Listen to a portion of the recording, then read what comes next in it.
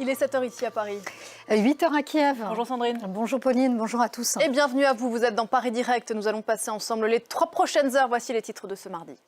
Et à la une, cette nouvelle relation plus équilibrée, basée sur l'humilité, c'est l'esprit de la nouvelle politique africaine de la France. Et reportage à suivre de nos envoyés spéciaux en Ukraine. À suivre dans les 3 heures d'infos à venir aussi. Vos rendez-vous, l'info écho, ce sera avec Laura Cambo aujourd'hui. Le décryptage avec Armel Charrier.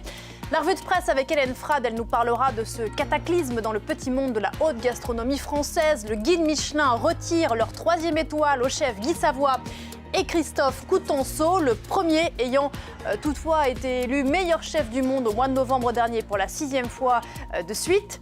Des étoiles sur les tables, à celle du ciel. On reviendra aussi sur ces aurores boréales magnifiques qui ont illuminé le ciel de la France ces dernières 48 heures. Un spectacle autant rarissime que merveilleux. Voilà pour le programme. Tout de suite, c'est le journal. Emmanuel Macron prône l'humilité et la responsabilité de l'action de la France en Afrique. À la veille d'une tournée sur le continent, le chef de l'État a présenté hier les grandes lignes de la nouvelle politique africaine de Paris. Il n'y a plus de précaré, a-t-il dit, plaidant pour un nouveau partenariat équilibré à la clé.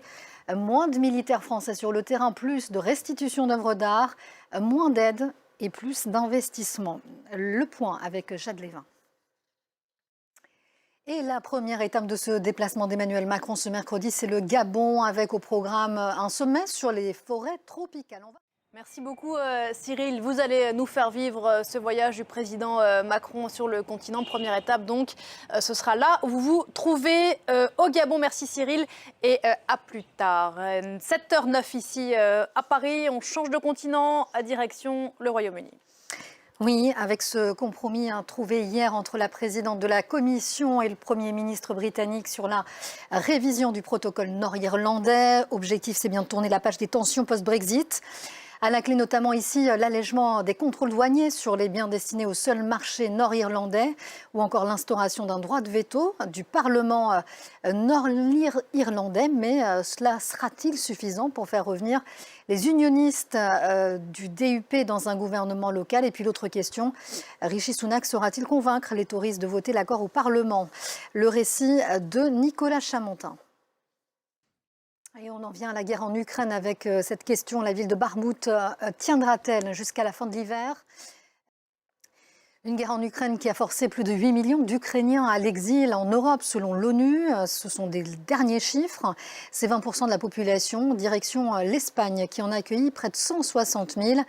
Mais là-bas, vous allez le voir, l'intégration semble plus difficile qu'ailleurs. Seulement 15% ont trouvé du travail, contre 40% dans le reste de l'Europe. On voit pourquoi avec Héloïse Mélan.